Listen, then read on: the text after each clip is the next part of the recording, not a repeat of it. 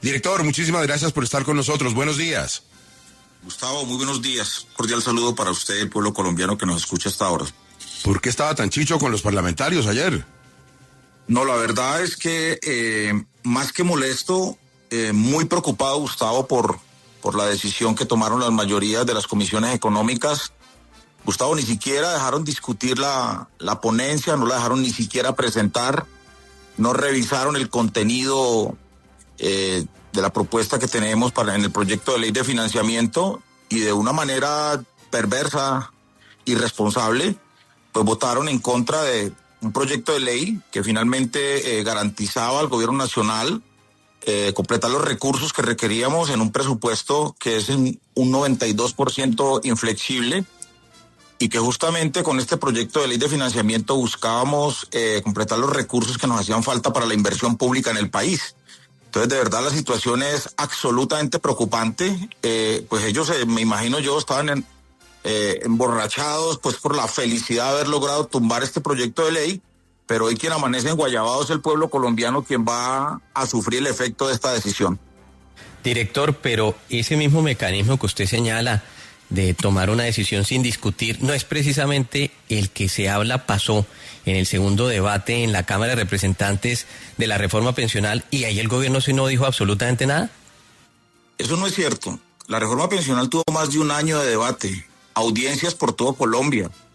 En el Congreso todo lo contrario, dilataron por más de 7 meses para no permitir que se discutiera. No fue ubicado en el orden del día la reforma pensional, buscando dilatar con una serie de artimañas absurdas desde la mesa directiva del Congreso, y por eso correspondió ya en los últimos días al cierre del Congreso, pues votar por parte del Congreso. Pero si algo ha sido discutido en este país, y no solo desde que llegamos al gobierno, sino desde antes de llegar al gobierno, ya se había presentado este proyecto de reforma pensional en el país. Nosotros siempre hemos ido de frente, nosotros hemos presentado nuestros proyectos con antelación al país, con antelación al Congreso, y finalmente lo que hemos querido es justamente el diálogo, la concertación, y eso es lo que no han querido sectores muy poderosos de este país, la clase política tradicional, al tratar de destruir un proyecto de gobierno que finalmente quiere hacer cambios, quiere hacer reformas, pero que se cierran, así los cambios beneficien al pueblo, así los cambios beneficien al país,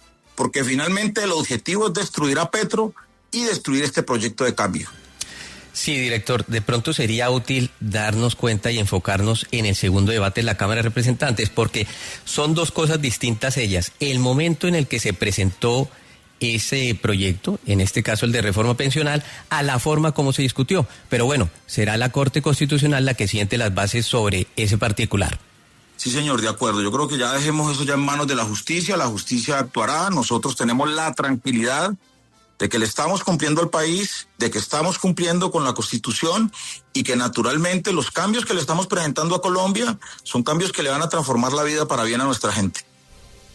Estamos hablando con el doctor Alexander López, el director de Planeación Nacional, que ayer calificó a los congresistas de irresponsables por hundir este proyecto de ley de financiamiento.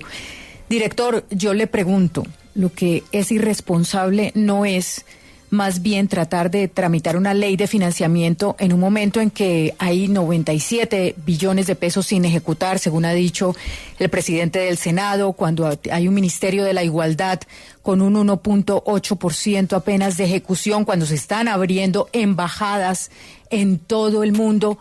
¿No es irresponsable más bien pretender gravar con más impuestos en lugar de reducir el gasto público? Bueno, miren, yo creo que eso es una estructura de mentiras que han construido para debilitar las propuestas que ha presentado el gobierno. Contrario a lo que presenta el presidente del Congreso, Efraín Cepeda, que tendrá mucho que responderle a los ciudadanos y ciudadanas en el Caribe y en el país por haber orientado el hundimiento de este proyecto de ley de financiamiento. Oye, ¿ustedes le podrían bajar volumen como al sonido de fondo que se tiene? De verdad que no me deja. Toda la razón, ya mismo se lo bajamos. A ver, ¿cómo está ahí? No, ya está perfecto, ya no se escucha. Perfecto. Adelante, director. Sí, agradezco mucho. Entonces les decía que se ha construido alrededor de nuestro gobierno una orientación hacia los medios de comunicación, hacia el país, que nuestro gobierno ha generado una muy baja ejecución.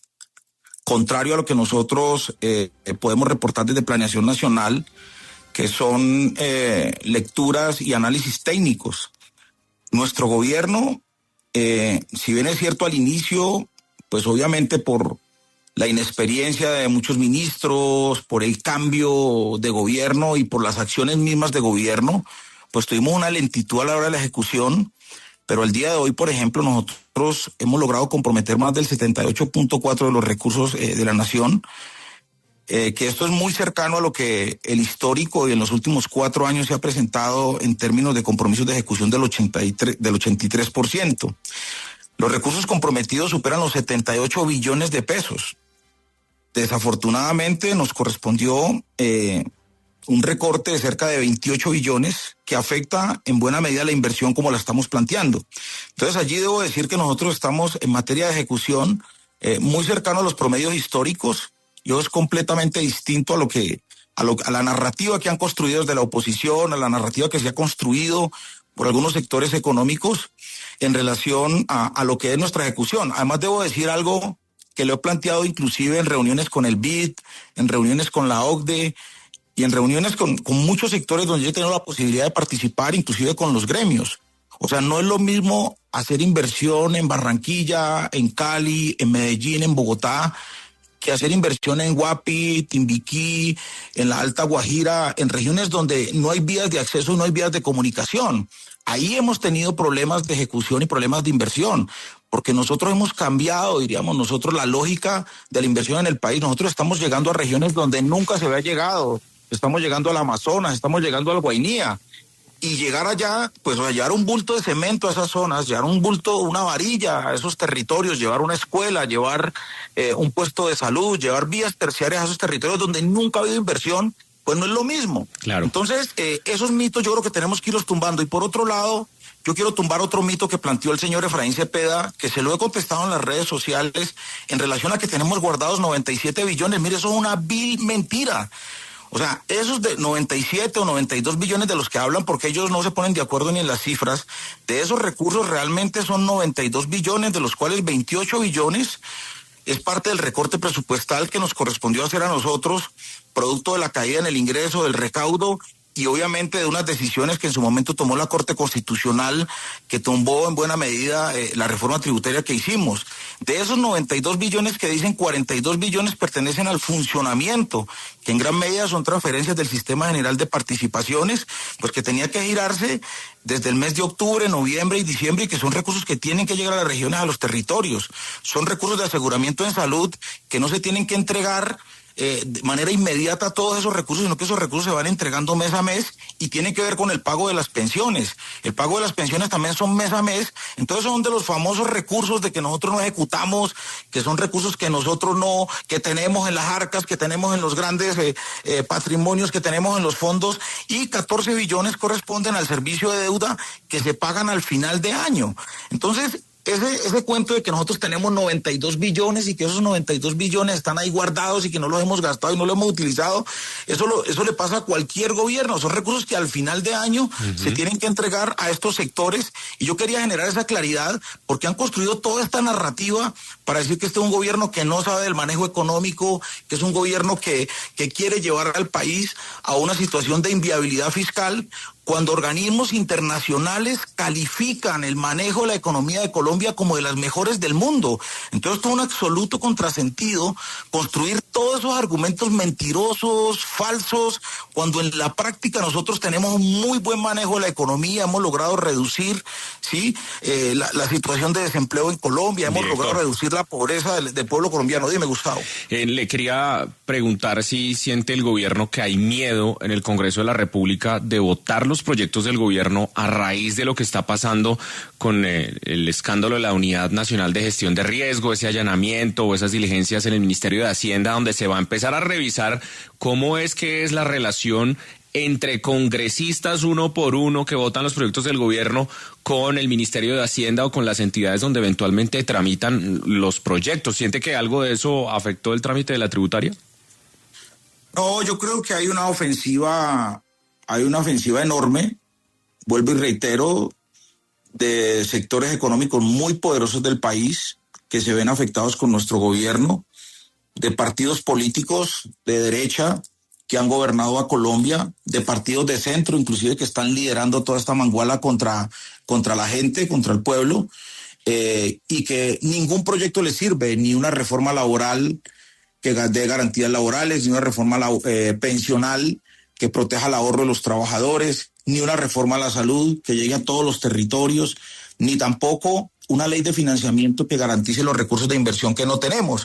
Claro, hay una preocupación en el Congreso, pues estamos volviendo a hace 12, 14 años cuando la parapolítica era similar, pero estas reformas que el gobierno nuestro, que el gobierno del presidente Petro le está proponiendo al Congreso y que le está proponiendo al país, son reformas sociales que buscan finalmente pues hacer reformas a leyes que ya llevan 35 y 40 años, leyes que no se han modificado, leyes que hoy no logran cubrir a un país que cambió, a un país que ya tiene 51 millones de habitantes. Esas reformas se hicieron cuando Colombia tenía 30, 35 millones de habitantes y la realidad cambió. O sea, nosotros estamos pensando en regiones donde nunca se ha invertido, pero claro, todo este escenario que se presenta hoy de llamados de la Corte Suprema a congresistas, de la Fiscalía llamando a funcionarios del gobierno, y este tipo de cosas generan un ambiente difícil en el Congreso, pero yo creo que ante eso hay una responsabilidad con Colombia que se tiene que cumplir.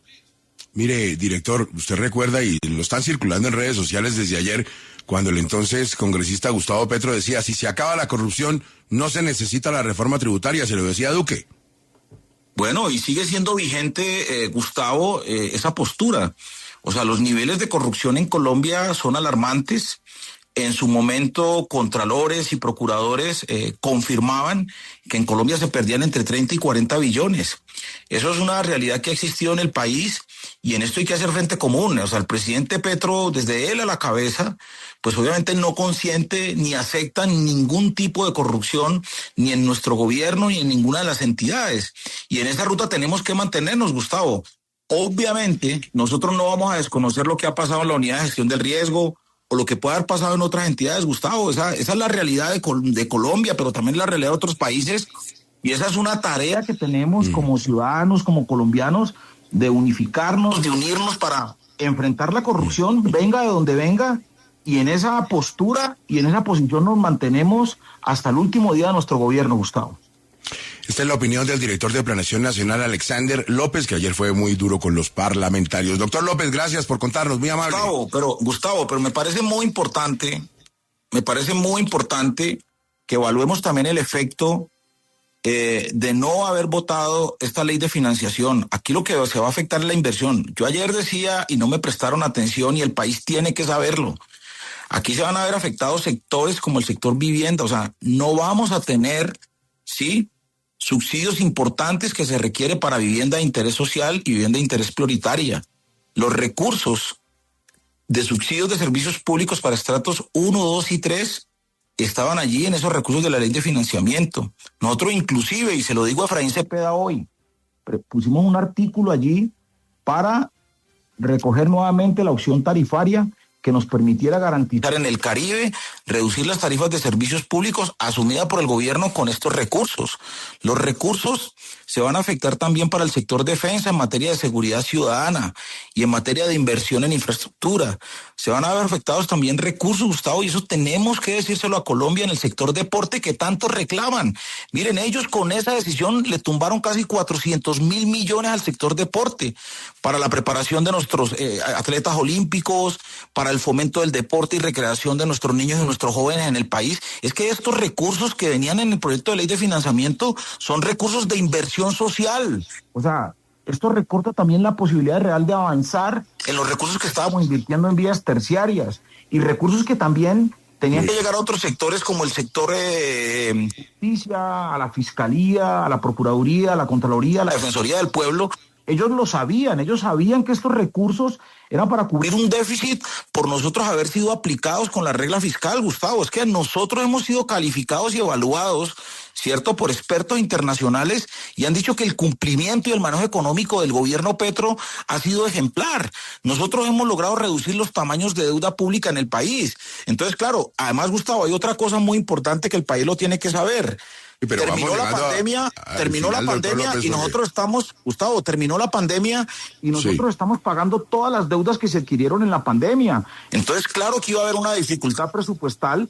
Eso lo previmos nosotros y la ley de financiamiento no la sacó el presidente del sombrero. La ley de financiamiento era, pues si tenemos que cumplir las deudas que el presidente Duque no cubrió, no pagó el endeudamiento que hizo para sostener la pandemia, pues era evidente que nos iban a faltar recursos y esos recursos justamente son los de inversión social y por eso digo, la decisión, la postura de ese Congreso fue irresponsable porque eso no fue un golpe a Petro. Muy bien. Fue un golpe a las clases medias y a los sectores más empobrecidos del país, Gustavo. Doctor López, muchas gracias, muy amable.